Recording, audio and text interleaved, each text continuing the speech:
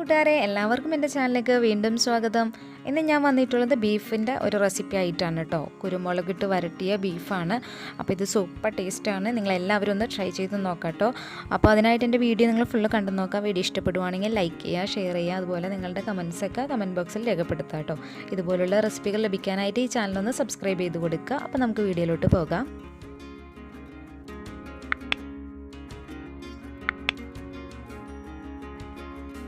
ഈ കറി ഉണ്ടാക്കാൻ വേണ്ടിയിട്ട് ഞാൻ 1 കിലോ ബീഫാണ് എടുത്തിട്ടുള്ളത്. കഴുകി വൃത്തിയാക്കി വെള്ളമൊക്കെ പോകാനായിട്ട് വെച്ചിട്ടുണ്ടായിരുന്നു. അപ്പോൾ ആ ഒരു ബീഫ് ഞാൻ കുക്കറിലോട്ട് ചേർത്ത് കൊടുക്കുകയാണ്. നമുക്ക് നമ്മുടെ ബീഫിന് ബ്ലഡ് പെട്ടെന്നൊക്കെ പോയി കിട്ടാൻ വേണ്ടിയിട്ട് കുറച്ച് മഞ്ഞൾപ്പൊടിയും അതുപോലെ തന്നെ കുറച്ച് ഉപ്പും കൂടി നന്നായിട്ട് പുരട്ടിയിട്ട് നമുക്ക് ഒരു ഓട്ടയുള്ള പാത്രത്തിൽ ഇട്ട് വെക്കുകയാണെങ്കിൽ പെട്ടെന്ന് തന്നെ ബ്ലഡൊക്കെ പോയി കിട്ടാൻ സഹായിക്കുന്നതാണ് കേട്ടോ. അപ്പോൾ നമുക്ക് ഈ ബീഫിലോട്ട് ഒരു 2 ടേബിൾ സ്പൂണോളം വെളിച്ചെണ്ണ ഒഴിച്ചു കൊടുക്കാം. ഈ ഒരു റെസിപ്പി ഉണ്ടാക്കാനായിട്ട് എപ്പോഴും നല്ലത് വെളിച്ചെണ്ണ തന്നെയാണ്. പിന്നെ നിങ്ങൾക്ക് ഇഷ്ടമുള്ളത് ചേർത്ത് കൊടുക്കുക. പിന്നെ ഇതിലോട്ട് ഞാൻ 1 കപ്പ് ചെറിയ ഉള്ളി ചേർത്ത് കൊടുക്കുന്നുണ്ട്. അത് കുറച്ചും കൂടെ ടേസ്റ്റ് ആയിരിക്കും. ചെറിയ ഉള്ളി തന്നെ ചേർക്കാം കേട്ടോ.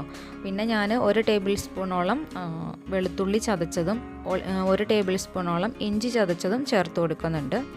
അപ്പോൾ കുറേശ്ശെ ചേർത്താൽ മതി. നമുക്കിനി അടുത്ത ഒരു പ്രിപ്പറേഷനിൽ കുറച്ചും കൂടി ചേർക്കാനുണ്ട്. ഒരു 3-4 പച്ചമുളക് കീറി നമുക്ക് ചേർത്ത് കൊടുക്കാം. അതുപോലെ തന്നെ കറിവേപ്പില കുറച്ചധികം ചേർത്ത് കൊടുക്കാം കേട്ടോ. അതുപോലെ തന്നെ 1 ടേബിൾ സ്പൂണോളം കുരുമുളക് ചതച്ചതാണ്. കുരുമുളക് തീരെ പൊടിച്ചതല്ല, ചതച്ചതാണ് ഞാൻ ചേർത്ത് കൊടുക്കുന്നത്. അതായിരിക്കും നല്ലൊരു ഫ്ലേവർ കിട്ടുക. അതുപോലെ തന്നെ 1/4 ടേബിൾ സ്പൂൺ മഞ്ഞൾപ്പൊടിയും 1 ടേബിൾ സ്പൂണോളം മല്ലിപ്പൊടിയും 1/2 ടേബിൾ സ്പൂണോളം മുളക് പൊടിയും ചേർത്ത് കൊടുത്തിട്ടുണ്ട്. 1/4 ടീസ്പൂൺ ഗരം മസാലയും കൂടി നമുക്ക് ചേർത്ത് കൊടുക്കാം കേട്ടോ. ഇനി നമുക്കതിലോട്ടൊരു വലിയ തക്കാളി 1 ചേർത്ത് കൊടുക്കാം. വലുതാണെങ്കിൽ 1, ചെറുതാണെങ്കിൽ 2 ചേർത്ത് കൊടുക്കാം കേട്ടോ. ഇനി ഇതിലോട്ട് നമുക്ക് ആവശ്യത്തിന് ആയിട്ടുള്ള ഉപ്പും കൂടെയും ചേർത്ത് കൊടുത്തിട്ട് നന്നായിട്ട് മിക്സ് ചെയ്തെടുക്കാം. എപ്പോഴും ബീഫിലൊക്കെ ഇതെല്ലാം കൂടെ കൈ ഉപയോഗിച്ചിട്ട് നന്നായിട്ട് മിക്സ് ചെയ്യുക. എന്നാലാണ് എല്ലായിടത്തും ബീഫിൽ ആ ഒരു മിക്സ് ആവുള്ളൂ. കയ്യിൽ ഉപയോഗിച്ചിട്ടല്ല, കൈ ഉപയോഗിച്ചിട്ട് നന്നായിട്ട് മിക്സ് ചെയ്തെടുക്കുക. അതിന് നമുക്കത് വേവിച്ചെടുക്കണം. അപ്പം ഞാൻ ഈ ബീഫിലോട്ട് വെള്ളം ഒട്ടും തന്നെ ചേർക്കുന്നില്ല. നമുക്ക് ആദ്യം തന്നെ ഹൈ ഫ്ലെയിമിൽ വെക്കുക. ഒരു വിസിൽ പോയതിന് ശേഷം ഒരു 15 മിനിറ്റോളം ലോ ഫ്ലെയിമിലിട്ട് മാറ്റാം കേട്ടോ. 15 അല്ലെങ്കിൽ 20, ഏറ്റവും മാക്സിമം 20 മിനിറ്റോളം വെച്ചാൽ മതി. ആ ഒരു ബീഫിൻ്റെ വേവിനനുസരിച്ചിട്ട് ഇരിക്കും കേട്ടോ നമുക്ക് ടൈം പോകുന്നത്. പിന്നെ ഓരോ കുക്കറിൻ്റെ വേവിനനുസരിച്ചിട്ടും കുറച്ച് ടൈം കൂടും. അപ്പോൾ 15 മിനിറ്റ് കഴിഞ്ഞതിന് ശേഷം നമുക്ക് ഫ്ലെയിം ഓഫ് ചെയ്തിട്ട് ഇതിൻ്റെ എയർ ഫുള്ള് പോയതിന് ശേഷം നമുക്ക് ഓപ്പൺ ചെയ്ത് നോക്കാം. അപ്പോൾ ഇനി നമുക്കത് കറിയാക്കാം. അതിനായിട്ട് ഞാനൊരു പാൻ വെച്ച് കൊടുത്തിട്ടുണ്ട്. അതിലോട്ട് ഒരു 2 ടേബിൾ സ്പൂണോളം വെളിച്ചെണ്ണ ഒഴിച്ചിട്ടുണ്ട്. വെളിച്ചെണ്ണ ചൂടായി കഴിയുമ്പോൾ നമുക്കതിലോട്ട് സവാള ചേർത്ത് കൊടുക്കാം. അപ്പോൾ ഞാനിവിടെ ഒരു 2 സവാള ചേർത്ത് കൊടുത്തിട്ടുണ്ട്. ചെറിയ സവാളയാണ് 2 ചേർത്തിട്ടുള്ളത്. ഇനി ഇത് നമുക്ക് നന്നായിട്ടൊന്ന് വഴറ്റിയെടുക്കാം. അപ്പോൾ സവാള എപ്പോഴും പെട്ടെന്ന് വഴന്ന് വരാൻ വേണ്ടിയിട്ട് നമുക്ക് കുറച്ച് ഉപ്പ് ആദ്യമേ അങ്ങ് ചേർത്ത് കൊടുക്കാം കേട്ടോ. അന്നേരം പെട്ടെന്ന് തന്നെ നമുക്ക് സവാള വഴന്ന് വരും. അപ്പോൾ സവാളക്ക് ആവശ്യമായിട്ടുള്ള മാത്രം ചേർത്താൽ മതി. നമ്മൾ ബീഫിലോട്ട് ഉപ്പ് ചേർത്തേക്കുന്നതാണ്. അപ്പോൾ അതൊന്ന് ശ്രദ്ധിക്കണേ.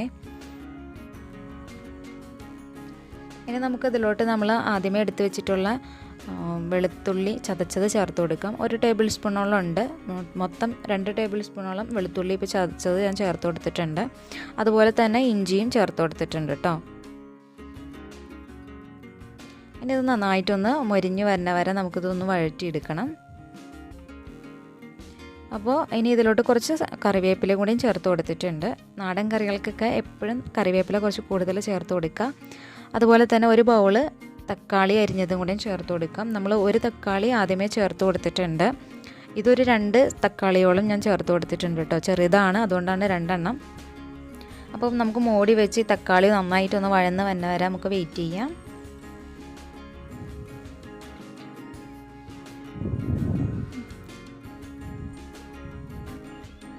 നമ്മുടെ തക്കാളി ഇവിടെ നന്നായിട്ട് വഴന്ന് വന്നിട്ടുണ്ട്. നമുക്കിതിലോട്ട് 1 സ്പൂണോളം ഗരം മസാല ചേർത്ത് കൊടുക്കാം കേട്ടോ. അപ്പോൾ നമ്മൾ ആദ്യമേ കുറച്ച് ചേർത്ത് കൊടുത്തിട്ടുള്ളൂ. ഇനി നമുക്കിതിലേക്ക് നമ്മുടെ ബീഫ് വേവിച്ച് വെച്ചിട്ടുള്ള ബീഫ് ചേർത്ത് കൊടുക്കാം. അപ്പോൾ അതിൻ്റെ ഉള്ളിലെ ഗ്രേവി ഈ സമയത്ത് ചേർക്കരുത്.